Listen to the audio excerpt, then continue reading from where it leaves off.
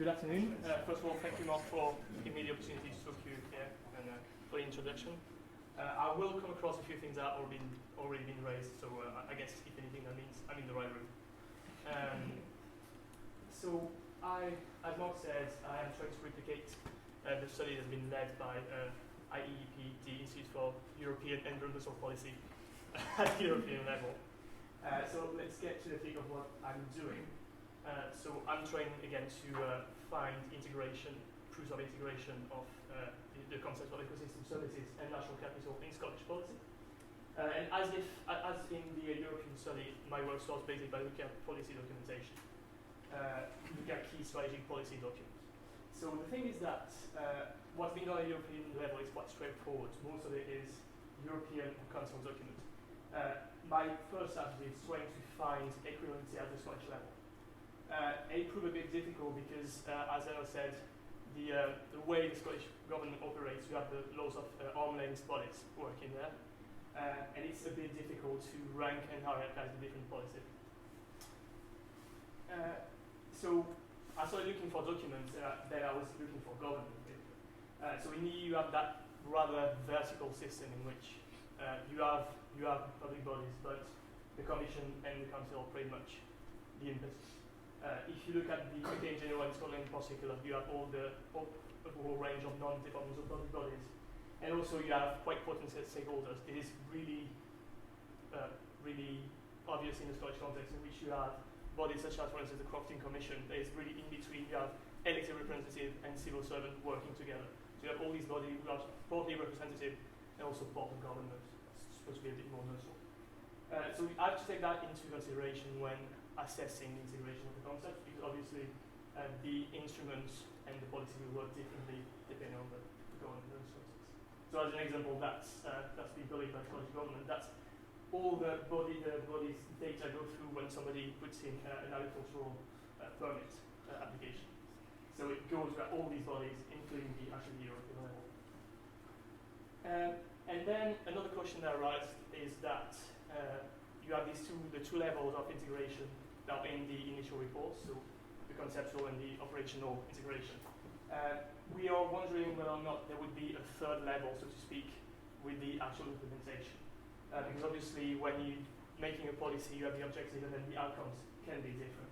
And that's really obviously important in that context of a flexible governance in which policy documents play a role, but the way in which the different actors seize them and use them can play a big role. In the context of my work, there's obviously a trade-off between the desirability of pushing the analysis this far and the feasibility of it.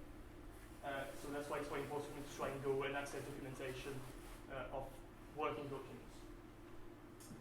So just in case you haven't heard enough about land use strategy today, let me give you a little snippet of what I'm doing through the land use strategy, some insight that can be drawn from the two examples of Aberdeenshire and the borders.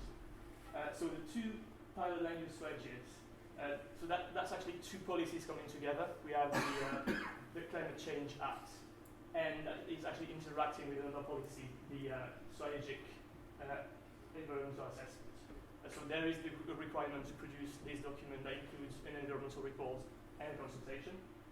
So the two local authorities have been asked to lead that exercise about it. What's interesting with these documents, they're quite open with what went well and not so well in the process. So it's a really good source to see and explore how that governance that is a bit iterative is working on the ground. So what's really interesting with that policy instrument, the strategic environmental assessment, it's often cited as an example at the European level because actually Scotland transposed a European directive and went further. The scope and the depth of the Scottish Act went further than what was required from the European Union. The limitation, some say, is that let's say the early life of this instrument was a bit balanced. If you look at, for instance, all the applications in transport, there's been attempts to use this text comprehensively because it includes a wide range of areas and topics. But the problem is that for some of them, if you look, for instance, the 2008 strategic transport review, you see they're trying to use it at its full potential by integrating what the text called synergistic effects and interrelations. But but they're lacking the editing of the data at the time. Since 2011, you have more documents coming into force. What's interesting is that, as in a natural ecosystem, policies interact with each other, and the guidance that was issued in 2011 actually is another layer on top of the app that helps to have a proper ecosystem approach. So these two pilots were done in that context. And there's also, at the same time, an effort put by government and different agencies to produce more data and more evidence. Yeah, so if we look at the two documents, something else that's quite interesting, so that was said, I think, on a previous presentation, is that you have actually quite a bit of a difference between the two. So that can be seen as the two sides of the coin of that flexible governance model. The authorities have the possibility to tailor the plans to their needs, and also they can use the consultation process to read feedback into the decision making. But it can create some inequalities between inactors of data. For instance, the Aberdeenshire example, obviously the James Institute's involvement is quite tangible in much more access to data in the process.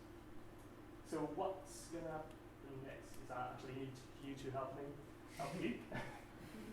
So I'm trying to extend so that was an example of a really specific topic, trying to extend that to the full range of topics covered by the IEEP report.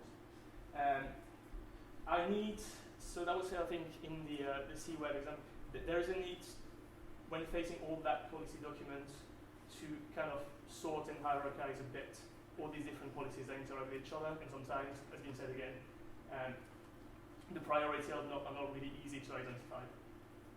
Also, it would be useful for me to get access to working documents in which I can actually see how all these different bits of text interact and unfold. And also, because we're pretty much a moving ground, to have an idea of where the frontier is moving would be also quite interesting. So I think that's it. I'll be tomorrow in the in conference event. If you want to get in touch.